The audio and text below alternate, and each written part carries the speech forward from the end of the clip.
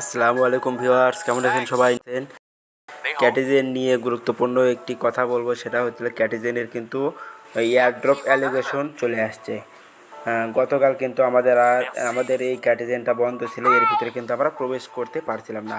আজকে কত 15 তারিখ, এটা কিন্তু আবার চালু হয়ে গিয়েছে, ঠিক আছে। সো এখানে আপনাদের এয়ারড্রপ এলিজিবল বা অ্যালিগেশন কীভাবে দেখবেন, আপনি কতগুলো কয়েন পেলেন, এটা আমি ভিডিওতে দেখিয়ে দেবো। তার আগে ছোট্ট একটা কথা, যদি আমার চ্যানেল নতুন হয়ে থাকেন তাহলে প্লিজ চ্যানেলটি সাবস্ক্রাইব করবেন এবং ভিডিওটি ভালো লাগলে অবশ্যই লাইক দিবেন।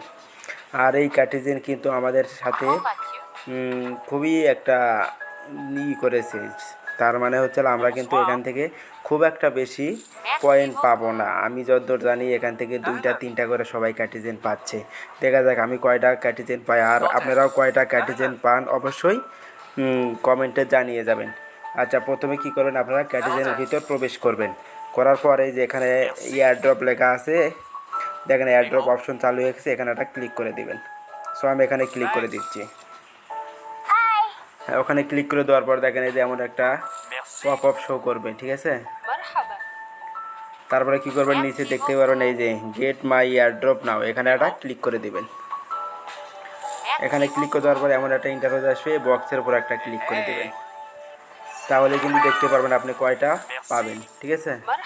এই যে দেখেন আমি মাত্র 2টা পেয়েছি।